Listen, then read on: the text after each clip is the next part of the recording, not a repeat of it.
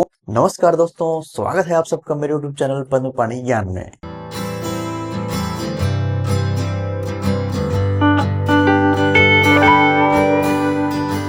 दोस्तों, मैं एक बार फिर से आप सबके समक्ष हाजिर हुआ हूँ एक नई वीडियो लेकर, जिसमें हम अपनी हिंदी की नई क्लास स्टार्ट कर रहे हैं, जिसमें हम उन सारे एग्जाम को कवर करेंगे जहां से हिंदी के जो बेसिक प्रश्न पूछे जाते हैं। दोस्तों, आप सभी ने हमारे स्ट्रेटजी वीडियो, जो भी हम कंपटीशन एग्जाम के आगे तैयारी करेंगे उसके लिए जो मैं स्ट्रेटजी वीडियो बनाता था, उस सब को वीडियो को आप सब ने बहुत ही पसंद किया है, जिसके लिए आप सभी का बहुत बहुत धन्यवाद। कृपया करके उसमें थोड़ा सा एफर्ट और लगाकर लाइक और कमेंट जरूर कर दीजिएगा, और आपको मेरी वीडियो कैसी लगती है उसे भी बताइएगा। ये वीडियो बनाकर आप सबको गाइड करने की कोशिश किया है, प्रयास किया है कि आप लोग अपने तैयारी को जो है अच्छे से कर पाएँ, अच्छे से आप हैंडल कर पाएँ एग्ज़ाम को, अच्छे से आप उसकी तैयारी कर पाएँ, जिससे आप एग्ज़ाम को अब निकाल पाएँ। यही मेरा प्रयास रहा है, जिसके लिए मैंने स्टडी वीडियो बहुत सारा अपलोड किया हुआ है कि आपकी क्या तैयारी होनी चाहिए, क्या गलतियाँ हम करते हैं एग्ज़ाम के समय, तैयारी के समय। उन सब मेरा प्रयास यही रहेगा कि हम उन सब गलतियों को कम से कम करें, जिससे हम एग्ज़ाम को निकाल सकें। इन स्टडी वीडियो के बाद मैंने अपनी क्लासेस जो है लाना स्टार्ट की है। दोस्तों, मैं अपनी जो क्लास जो भी आगे लाऊंगा पढ़ाने के नाम से, जो भी आगे वीडियो जो मैं पढ़ाने के लिए आगे जो वीडियो अपलोड करूंगा, वो बिल्कुल निःशुल्क होगी। दोस्तों, ये कोई प्रचार वीडियो नहीं है, कोई ये एडवर्टाइजमेंट वीडियो नहीं है। मैं मुफ्त में ही पढ़ाऊंगा, इसके लिए मैं कोई भी फीस चार्ज नहीं करूंगा।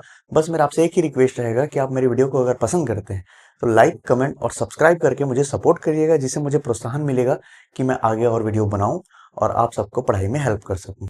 इस बार मैंने व्यापम के एग्ज़ाम को टारगेट किया है, जिसमें आपका एडीआई एग्ज़ाम और और शिक्षक भर्ती और अभी अमीन पटवारी के एग्ज़ाम आने वाले हैं। इन सब के एग्ज़ाम जो कि हिंदी में प्रश्न प्राय पूछे जाते हैं, तो मैं प्रॉपर सबके लिए एक अलग-अलग एक ही वीडियो बनाऊंगा, जिसमें जो टॉपिक वाइज अलग-अलग रहता है। जैसे जिसमें संधि पूछा है, अगर किसी में संधि नहीं पूछा है, समास पूछा है, तो एक ही वीडियो में संधि बना दूंगा, और जहां जिस जिस सिलेबस में संधि पूछा है ये वीडियो मैं वही अपलोड कर दूंगा, और प्रॉपर प्लेलिस्ट बनाऊंगा दोस्तों। तो आप हिंदी की प्लेलिस्ट से वहां से आप सारा जो है अपने सब्जेक्ट के अकॉर्डिंग, अपने एग्जाम जिसको टारगेट कर रहे हैं उसके अकॉर्डिंग आप पढ़ सकते हैं। तो वहां से आपको वो हेल्प करेगा। आप मेरी प्लेलिस्ट से जाकर ये हिंदी के सारे वीडियो आप वहां से आप देख सकते हैं। कैटेगरी से जो प्रश्न पूछे जाते हैं मैं उन्हीं को बताऊंगा। आपको बहुत ज्यादा नॉलेज देने की कोशिश नहीं करूंगा, जितना जरूरत है एग्जाम के लिए उतना ही दूंगा दोस्तों। और आज जो मैंने जो लाया है वर्णों के उच्चारण स्थान, तो उससे संबंधित ये टॉपिक है। और इस वर्णमाला से जो संबंधित जो भी आपके जो भी एग्जाम में पूछे जाते हैं, केवल उन्हीं को कवर करूंगा। ऐसा नहीं कि जो मैंने बुक बता दी जैसे वासुदेव नंदन, तो हम उसको पूरा पढ़ने बैठ गए थ्योरी, तो बहुत ज्यादा टाइम कंज्यूमिंग हो जाएगा। जहां से क्वेश्चन पूछे जाना है, क्योंकि हमने एग्जाम निकाला हुआ है, हम एग्जाम में बैठे हुए हैं, तो हमारे मन में पूरा, हमारे माइंड में पूरा वो बैठा हुआ है कि ये क्वेश्चन बनेगा, यहाँ से ऐसा ऐसा क्वेश्चन बनेगा, तो हम वो उठा के पढ़ते हैं और डायरेक्ट एग्जाम में वो आता भी है। इसीलिए जो है यही तरीका है दोस्तों। जो टॉप करते हैं, जो एग्जाम निकालते हैं, उन्हें पता होता है कि यहाँ से क्वेश्चन पूछा जाएगा, ये क्वेश्चन आएंगे, और वो उनको कर लेते हैं। और बाकी जिनको नॉलेज नहीं होता है, वो प्रॉपर बुक बता दी जैसे वासुदेव नंदन, तो पूरा शुरू से लेकर लास्ट तक हिंदी तक वो पूरा थ्योरी को पढ़ते रहेंगे। पता ही नहीं होता है कि क्या इंपॉर्टेंट है, क्या चीज को पढ़ना है, क्या चीज को याद रखना है। तो वो चीज दिक्कत होता है। वही चीज मैं बताऊंगा दोस्तों, जो चीज इंपॉर्टेंट है वही को मैं बताऊंगा, वही प्रश्न बताऊंगा, वही टॉपिक से हम क्वेश्चन करेंगे और हम वहीं से पढ़ेंगे दोस्तों। निश्चिंत होकर आराम से पढ़ेंगे। मैंने इस बार जो है सबसे सरल सब्जेक्ट लिया है, हिंदी लिया है, जिसको हम अंडर एस्टिमेट कर देते हैं, हम इग्नोर कर देते हैं। 10 नंबर का आता है करके हम छोड़ देते हैं, बन जाएगा। एग्जाम में हम 2 क्वेश्चन नहीं बना पाते, और 1 नंबर नहीं बना पाएंगे तो 1000 रैंक पीछे हो जाते हैं। इसलिए हमारी स्ट्रेटजी ये रहेगी कि जो सरल है उसको हम 100% पढ़ के जाएंगे, उनको हम 10 में से 9 प्रश्न हम बना के आएंगे, सही बना के आएंगे। अगर व्यापम गलत भी उत्तर लेता है तो भी हम उसको सही करके आएंगे। ये हमारी स्ट्रेटजी रहेगी दोस्तों। इसी प्लान के तहत मैं हिंदी क्लास स्टार्ट करने जा रहा हूं, जिसमें पहला हमारा टॉपिक होगा वर्णों के उच्चारण स्थान। तो वर्णों के उच्चारण स्थान में हम देखेंगे कि जनरली इस तरह के इस टॉपिक में जो है प्रश्न ये पूछ दिया जाता है कि च वर्ण का स्थान कौन सा है। जैसे हम जो भी शब्द हम बोलते हैं, तो उसका उच्चारण स्थान सबका अलग अलग होता है। हम नाक का उच्चारण स्थान जिसमें ज्यादा जोर पड़ता है, उसको हम नाक उच्चारण स्थान हो जाएगा। जैसे पंचमासिका, पंचमाक्षर, जैसे नासिका से पंचमाक्षर होता है। इस तरह के प्रश्न प्राय पूछे जाते हैं। देखें दोस्तों कि कौन कौन से एग्जाम में इस तरह के प्रश्न पूछे गए हैं, आइए हम उसके बारे में पहले डिस्कस करते हैं। तो देखिए दोस्तों, कंठ तालव का सर स्थान कौन सा है, ऐसा एक प्रश्न पूछा जाएगा कि इसमें से कौन सा शब्द जो है कंठ तालव्य जो है, कंठ और तालव्य के स्वर से जो है बनता है। तो उसका क्वेश्चन पूछ दिया है। अगर आपको ये प्रश्न आते हैं दोस्तों इसके उत्तर, तो आप मुझे कमेंट करके बताइए कि इसका उत्तर क्या होगा। च व्यंजन का उच्चारण स्थान पूछा है दोस्तों, तो च व्यंजन का उच्चारण स्थान इनमें से, तो इसमें से बताना है च व्यंजन का उच्चारण स्थान कौन सा होगा। तो इस तरह के प्रश्न को कैसे हल करना है, पॉइंट टू पॉइंट इसको बताएंगे दोस्तों, हम डील करेंगे कि कैसे बनाना है इसको। सीजी व्यापम साफ 2018 के एग्जाम में ये पूछा हुआ है, सीजी व्यापम एचडीजी 2018 के एग्जाम में ये पूछा हुआ है, दोनों अलग अलग एग्जाम है। ऐसे ही कई प्रश्न उसके 2018 के बाद से पूछा हुआ है, क्योंकि बोर्ड में सारा कवर पाना पॉसिबल नहीं है, इसलिए मैंने 2 प्रश्न को लिए। ऐसे ही बहुत सारे प्रश्न है जिसकी मैं एक सीरीज वीडियो बनाऊंगा और उसमें जो है एमसीक्यू कराकर आपको सॉल्व करवाऊंगा दोस्तों। और दोस्तों अगर आप लोग का सपोर्ट रहा तो मैं डिजिटल बोर्ड ले पाऊँ तो मैं डिजिटल बोर्ड लूंगा और उसमें मैं आप सबको पढ़ाने की कोशिश करूंगा। तो दोस्तों आप लोग का अगर सपोर्ट रहा तो आप ही लोग का हेल्प हो पाएगा दोस्तों, इससे बहुत अच्छी चीज है ये। इसको पढ़ाने के कई तरीके हैं, समझने के कई तरीके हैं। आप इसको समझ के भी अब बना सकते हैं कि च वर्ण स्थान यहाँ से पूछ रहा है, दंत नासिका से ये वर्ड आ रहा है, तो ये सारी चीजों को समझ पाना पॉसिबल नहीं है। आपका जो है तालु कंठ मूर्धा लगभग लगभग सारे शब्द लगभग वैसे ही लगते हैं। जो मैंने उस स्ट्रेटेजी को फॉलो नहीं किया है, उस तरीके से नहीं पढ़ा इन चीजों को।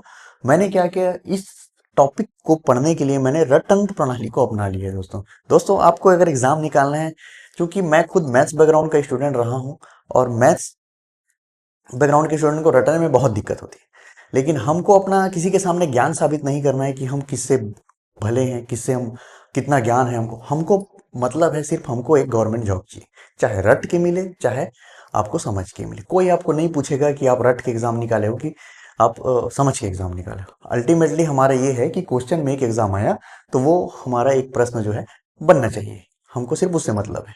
तो हम उसी स्ट्रेटजी पे फॉलो करेंगे और इसके लिए मैंने एक कविता जो है तैयार की हुई है। इसी कविता को हम जो है अ, याद करेंगे। ये याद भी नहीं करना है, 4 से 5 बार आप इसको पढ़ेंगे, आप ये आपको याद हो जाएगा। फिर वहीं से आपके सारे प्रश्न जो है यहाँ से बनेंगे। एक बार आपको ये पोयम पढ़ना है, ये 5 लाइन का पोयम है, कविता है, इसको आप पढ़ेंगे, अब सारे प्रश्न आपको यहाँ से बन जाएंगे। कोई लफड़ा नहीं, कोई दिक्कत नहीं है, कोई लफड़ा नहीं है दोस्तों। मैं आपको बताता हूँ इसको कैसे तैयारी करना है, देखते हैं। अकह विसर्ग कंठ राम, इचियस भी है तालू राम, रिटस से जानो मूर्धा जी, रितस पुकारो दंत जी। उप आते हैं ओष्ठ में, केवल व दंतोष्ठ में। ए कहे कंठ तालु, ओ औ कहे कंठोष्ठ में। नासिका से पंचमाक्षर, जीवा रखो प्रकोष्ठ में। दोस्तों वीडियो को पॉज करिएगा, 4 से 5 बार इसको रिपीट करिएगा और बाय नेम, बाय शब्द इसको आपको याद रखना है कि सा पे ध्यान देंगे कि इसमें ये सरोता का सा है, इसमें शक्कर का सा है, इसमें षटकोण का सा है। इस बात का हमको ध्यान रखना है कि इस सा से आपको कंफ्यूज हो सकता है, कंफ्यूजन हो सकता है, पर इससे कंफ्यूज नहीं होंगे। लिख लिख कर 2 से 3 बार देखेंगे, आराम से याद हो जाएगा और ये सबसे बेस्ट तरीका है दोस्तों। चलिए देखते हैं। तो इसमें हमको ये कविता याद रखना है, लेकिन एक चीज हमको ध्यान रखना है, इससे पहले हमको कुछ चीजें हमको जानना है। क्या चीजें जानना है वो देखते हैं दोस्तों। अब अ से हम देखेंगे तो हमको 2 चीज हमको ध्यान रखना है। अ से छोटा अ और आ की मात्रा दोनों यहां से बनेगा। ह से केवल ह, विसर्ग से विसर्ग। क वर्ग में देखते हैं दोस्तों, क वर्ग में भी जो है 5 व्यंजन आएंगे, क ख ग घ इंगा। च में देखते हैं च छ ज झ य, 5 तक में आपको क च ट त प, कछ तप। ये आप याद रख लीजिए, इसमें जो है 5 वर्ण तक लेना है, क ख ग घ इंगा, च छ ज झ इय, ट ठ ड ढ ण, त थ द ध न, प फ ब भ म। इसका मतलब ये है कि अगर आपको क का उच्चारण स्थान पूछेगा तो आप बता देंगे क का जो उच्चारण स्थान कंठराम होगा। इसी तरह ध्यान इसको देना है, अक विसर्ग कंठराम। अक विसर्ग से जो भी शब्द आएगा उसका उच्चारण स्थान कंठ होगा। इचियस से जो भी आएगा उसका उच्चारण स्थान तालु होगा। रिटस से जो भी शब्द पूछेगा उसका उच्चारण स्थान मूर्धा होगा। लितस से जो भी उच्चारण स्थान आएगा उसका उच्चारण स्थान दंत होगा। उप से, ऊ से या प से जो भी उच्चारण स्थान आएगा उसका उच्चारण स्थान ओष्ठ होगा। व से उच्चारण स्थान होगा वो दंतोष्ठ होगा। ए ऐसे जो उच्चारण स्थान होगा वो कंठ तालु होगा। ओ अ से कहेगा तो कंठोष्ठ होगा। नासिका से पूछेगा तो पंचमाक्षर। तो इतना आपको ध्यान रखना है। उसके साथ आपको ये ध्यान रखना है कि क के अंतर्गत जो है 5 उपवर्ग होते हैं, क ख ग इंगा, च से च छ ये, और प से प फ ब भ म। ये 5 आपको उपवर्ग याद रखना है। ई में आता है छोटा ई बड़ा ई, उ से आता है छोटा उ बड़ा उ, य से आता है य र ल व। यह जो है अंतस्थ व्यंजन के अंतर्गत आता है, इसलिए इसमें य र ल व आता है। ठीक है दोस्तों, इतना चीजें हमको याद रखना है। अब दूसरी चीज, अब बोलेंगे इसको बताने का आपका क्या मतलब है। इसके बताने का मतलब ये है दोस्तों कि अगर हम देखते हैं, अगर आपको पूछ देता है उच्चारण स्थान, छ का उच्चारण स्थान बताइए। अब आप बोलोगे इसमें तो छ का उच्चारण स्थान नहीं है, कहीं भी देखेंगे छ, इसमें छ नहीं आता है। तो छ जो है, छ जो है किस, छ को हम देखेंगे कि ये किस उपवर्ग में आता है। तो च छ ज झ इय किस उपवर्ग में आता है, ये च उपवर्ग में, च छ ज इय। तो देखिए अब ये छ जो है किस उपवर्ग में आता है, च वर्ग में आता है, च छ ज झ इय। तो ये च वर्ग किस में आता है, इचियस तालुरम, इचियस भी है तालुरम। तो इसका उत्तर क्या होगा, तालु। किसका, छ का पूछेगा तो तालु होगा। समझ आया दोस्तों, उम्मीद करता हूं आपको ये मेरा समझ आया होगा, समझाने का तरीका आपको अच्छे से समझ आएगा। अब हम प्रश्न देखते हैं दोस्तों, कंठ तालव स्वर कौन सा है। अब पूछा है कंठ तालव, क्या पूछा है दोस्तों, कंठ तालु। तो देखिए कंठ तालु में क्या है, ए आय का है कंठ तालु। तो अ ई उ ए आ गया दोस्तों। तो हमारा उत्तर हो जाएगा ए, कंठ तालु के लिए क्या हो जाएगा, ए। सीधा दिया है दोस्तों, आपको एक बार कविता याद करनी है, सारे प्रश्न यहीं से बनेंगे। च व्यंजन का उच्चारण स्थान डायरेक्ट पूछ दिया है च, तो च व्यंजन के लिए उच्चारण स्थान क्या होगा हमारा, इचियस भी है तालुरम। तो इसका क्या आएगा, उत्तर आएगा तालु। कितना सिंपल है दोस्तों। तो इसी तरह से आप एक बार आप कविता याद करेंगे, कहीं से भी आपको उठाकर पूछेगा, आप बता सकते हैं। ठीक है दोस्तों। जैसे कि आपको पूछ देता है व का उच्चारण स्थान क्या है, तो व के लिए केवल व दंतोष्ठ में, तो उत्तर। तो इसी तरह से आपको सारे प्रश्न पूछे जाएंगे। उम्मीद करता हूं आपको मेरा ये वीडियो पसंद आया होगा। अगर आपको मेरा ये वीडियो पसंद आया है तो वीडियो को लाइक कमेंट और सब्सक्राइब करिए। उसके बाद आप ये भी बताइए दोस्तों कि हिंदी में अगला टॉपिक आपको किस एग्जाम, कौन से टॉपिक में आपको पढ़ने में परेशानी होती है। मैं उस टॉपिक को सरल से सरल तरीके में बताने की कोशिश करूंगा। और इसी तरह से जो है एग्जाम के अकॉर्डिंग मैं सारे क्लासेस लेकर आऊंगा, वीडियो लेकर आऊंगा, सारे सब्जेक्ट के वीडियो लेकर आऊंगा और सरल से सरल तरीके से बताने का प्रयास करूंगा, जिससे आप एग्जाम में जो है आसानी से प्रश्न को बना सके। तो उम्मीद करता हूं दोस्तों आपको मेरा ये वीडियो पसंद आया है। वीडियो को अगर मेरा पसंद आया है तो लाइक कमेंट और सब्सक्राइब करके हमें सपोर्ट कीजिए दोस्तों। धन्यवाद।